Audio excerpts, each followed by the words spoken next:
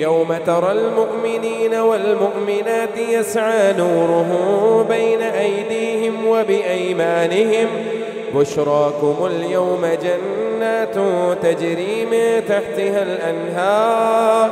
خالدين فيها ذلك هو الفوز العظيم. يوم يقول المنافقون والمنافقات للذين آمنوا انظرونا نقتبس من نوركم